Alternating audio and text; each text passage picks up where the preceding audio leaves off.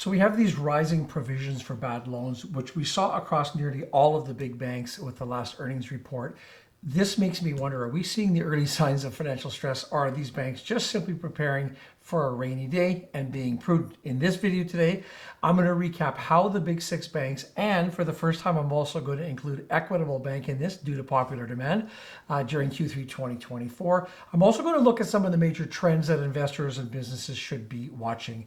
First off, I want to start with an overview of the sector. So when you look at all the Q3 2024 earnings, the Canadian banking sector generally showed pretty good resilience. And this comes despite some ongoing economic challenges that we'll talk a little bit more about here today. A number of the banks, I think of National Bank, Royal Bank come to mind, they posted pretty strong revenue, profit growth. All that said, in the quarter, we also saw something that might be a little bit concerning, this rising provisions for credit losses across nearly all of the major banks. That is, it's a reflection perhaps of some growing concerns over loan defaults as we are seeing these continuing high interest rates. They are coming down, but they're still high relative to what we've seen in the last little while. Also, the economic pressures that affect borrowers are coming into play here. Some good news across the banks from a capitalization perspective for the Tier 1 ratio. Most of the banks maintained or slightly improved their capital positions. That shows that they remain well capitalized and stable, and that is a reflection across the entire sector. Now, I want to look at some of the specific challenges now that are facing the sector. And I want to start off with the big one, and that is the rising provisions that we're seeing for credit losses. One of the most consistent things that I noticed when I was looking across the earnings reports and across the entire sector is this increase in provisions for credit losses. We look at banks in particular, I'll single out BMO and Scotia Bank. We've seen pretty material jumps in the amount that they've set aside to cover bad loans. This could be a signal of potential future risks. I mean, it's a provision, so they're not on the books yet. They particularly commented on the commercial and consumer lending spaces. That's something that we need to keep an eye on. So as I mentioned, I think the high interest rate environment that we're in right now is making it more difficult for borrowers to actually meet their obligations. Particularly, they highlighted sectors like trucking, commercial real estate, and auto loans. When we look at this issue of economic uncertainty, this definitely has continued to weigh on the sector. It could be the interest rates, it could be the inflationary pressures that we're still seeing. Banks are definitely preparing for that potential slowdown in economic growth. We could see that put a further strain on their loan books. We did see institutions like TD and CIBC. They showed good, solid core performance over the last quarter, but their forward-looking outlooks certainly reflect some caution due to external pressures. We'll get to that as we go through each of the banks individually here. We also saw regulatory challenges, and TD Bank in particular here, they faced and continue to face significant regulatory challenges. That came out in the Q3 earnings as well, related to the anti-money laundering issues that they're having in their U.S. operations. We will look at that in some more detail when we cover them in particular here. Now, another thread I saw through the earnings reports were strains in the loan growth and mortgage market segments. We saw mortgage and commercial loan growth remain some of the key drivers for most of the Canadian banks, but with the interest rate environment that we're in right now, this is putting some pressure on this segment. We did see banks like Equitable Bank here, they have a large mortgage and commercial loan focus. They did in fact continue to grow despite these challenges here. Lastly, Scotiabank, they indicated some stress in the variable rate mortgage portfolios, although it did highlight signs of stabilization. So now I want to go through and look at each of the banks one by one. I'm going to order them by market cap, starting largest or go through to smallest, just so I'm not showing any favor to any particular banks. But I want to start off with the biggest of the Canadian banks, RBC. They posted pretty solid earnings growth. They had revenue boosted by its acquisition of HSBC Bank. That was completed earlier in the year. RBC saw broad-based gains across personal banking and wealth management, but like you'll see as a common thread here, those credit loss provisions did increase. Let's look at some earnings metrics here. Earnings per share were $3.09. That is up 13.2 cents from last year. Revenue booked in at $14.63 billion. That's a 12.7% gain.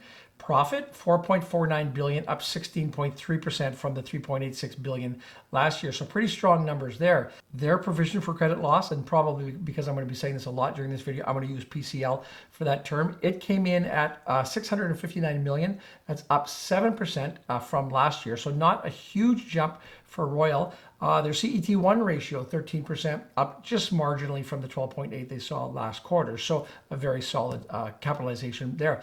Now, Their growth, notably in this report, was supported, like I say, by that acquisition of HSBC Bank Canada division, which boosted their net income by $239 million. The increase in PCLs, that does show that the bank is concerned. They're being cautious about some possible loan defaults that might be coming on the horizon there. However, when I take this in aggregate here, the overall strength that they saw in their core operations definitely remains a positive sign. Now, the second largest bank in Canada, Toronto Dominion Bank, and we're going to talk a lot about their problems here, but TD Bank's earnings were affected significantly by that one-time charge that we'll get to here related to the U.S. anti-money laundering issues that they're dealing with. But the good news is, I guess, their core business operations outperformed expectations. Even with the setback, revenue growth across core banking outperformed. The metrics on their earnings, we saw earnings per share at 2.05. That's down almost 2%, 1.9% from last year. Revenue of 14.24 billion. That's actually up 4.9% from last year. Provision for credit losses, 1.07 billion. Now that's up a staggering 40%, 39.7% from the $766 billion that we saw last year. Their capitalization, CET1 ratio, 15.5%, up marginally from last quarter. So let's sort of talk about the elephant in the room here. And TD is facing these fines that are linked to investigations regarding their U.S. Bank Secrecy Act and their anti-money laundering program. They did record a provision here, catch this, $2.6 billion US. So that's equivalent of almost $3.6 billion Canadian. And they booked that in the third quarter to account for those investigations into their AML program. This includes both civil and criminal investigations that are being pursued by the U.S. regulators. And remember, in Q2, they also took a $615 million provision that was related to this matter. So that brings the total charges related to these AML issues they're dealing with to around $3.05 billion. If we can put that aside just for the moment, I know a lot of people can't, but if we can, if we look at the underlying business, it appears to remain pretty strong with the core banking operations. They were showing growth. This regulatory issue, though, it does remain a material risk factor when you're looking at the bank, especially for their near-term performance. So factor that in when you're making your investment decisions. Now, the third bank, Bank of Nova Scotia, they had mixed results in Q3. They had profits that were declining due mostly to the provisions for bad loans, but we also saw some signs of stabilization in consumer credit stress, and particularly in auto loans and in variable rate mortgages. If we look at their metrics, their earnings per share came in at $1.41. That's down 17.1% from last year. Revenue, though, $8.36 billion. That's up 3.6%. Profit was $1.91 billion, again down. That was down almost 13%, 12.8% from the $2.1 billion they saw last year. Now, PCLs, $1.05 billion, again, that is up 28.2% from only $819 million last year. Capitalization, their CET1 ratio is 13.3%, up very slim at 0.1% from the 13.2% last quarter. So as you can see with Scotiabank here, like most of the banks, they did increase those provisions for credit losses, and that indicates that some loan defaults continue to weigh on their profitability. But it looks like they've stabilized certain types of loan portfolios, auto loans they stipulate, and that suggests that maybe in their case, the worst of this consumer stress may be easing. We can take that as a positive sign. Also, revenue growth shows that the bank is performing well, but that credit risk remains a key factor that we have to monitor. Next bank, Bank of Montreal, they had earnings that were under pressure this quarter, and they were due to these rising provisions for bad loans, which in their case nearly doubled compared to the previous year. They saw modest revenue growth, but it wasn't enough to offset the concerns over increasing loan provisions, especially in sectors they identified as commercial loans and trucking. Look at their metrics. Their earnings per share came in at $2.64, down 10% from a year ago. Revenues of $8.19 billion. They were up marginally, 1.7% from the $8.05 billion last year. They showed a profit of $1.87 billion. So that was up a healthy 19% year over year. From a provisions for credit loss perspective, catch this, $906 million, up 84% from the $492 million that they booked this time a year ago. Ratio, 13.0%, down very, very minimally, the 0.1% from 13.1% last quarter. So clearly, of the banks that reported this quarter, BMO seems to be facing these challenges with credit losses in its commercial loan book, especially in these industries that are affected more by interest rates and the economic uncertainty that we may be facing here. We did see slight revenue growth, but the bank's loan loss provisions do raise some concerns, particularly as its exposure to these particular sectors seems to be growing. Now, number 5 on the list, Canadian Imperial Bank of Commerce, CIBC. They reported improved earnings, and largely this was due to a sharp, get this, reduction in their provisions for bad loans. That's something that the only bank that we saw in this quarter here. That came alongside strong performance in both their personal and business banking. Some segments, though, they highlighted capital markets. We did see some weakness there. The metrics on CIBC, earnings per share came in at $1.82. That is up 23.8% from last year. Revenue, $6.6 billion, up 12.8% from the $5.85 billion we saw last year. Profit, $1.8 billion, up a healthy 26, almost 27% from the $1.43 billion last year. Their PCL number came in at $483 million. Now that is down 34.4% from the $736 million that they booked last year. And their CET1 ratio, 13.3%, holding steady, up marginally 0.2% from the last quarter.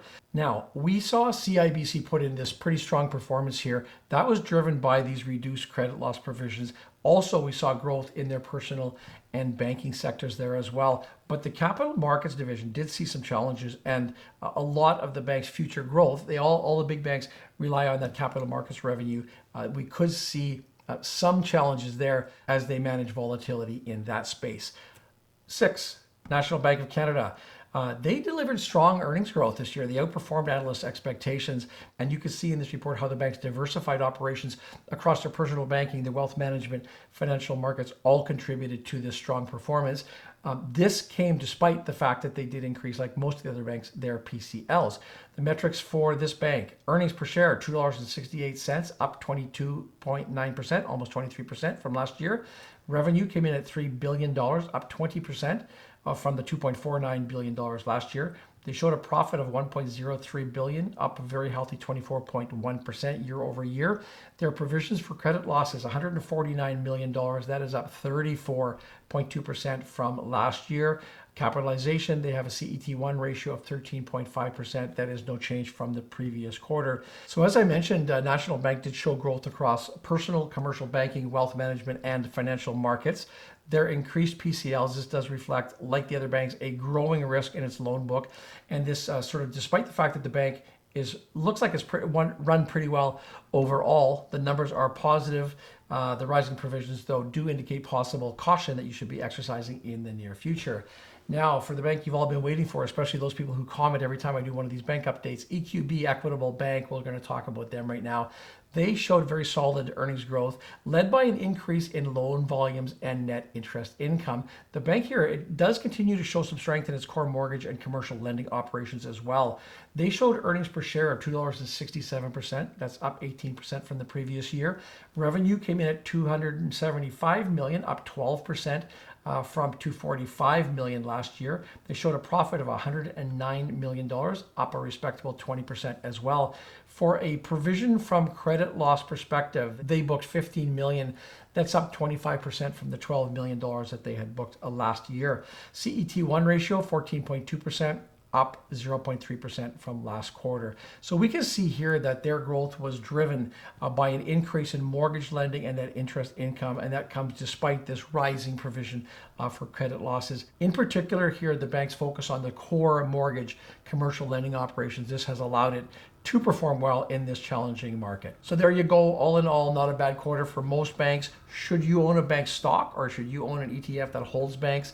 Here's a video right here that's going to answer that question for you. As always, thank you so much for watching. We'll see you in the next video.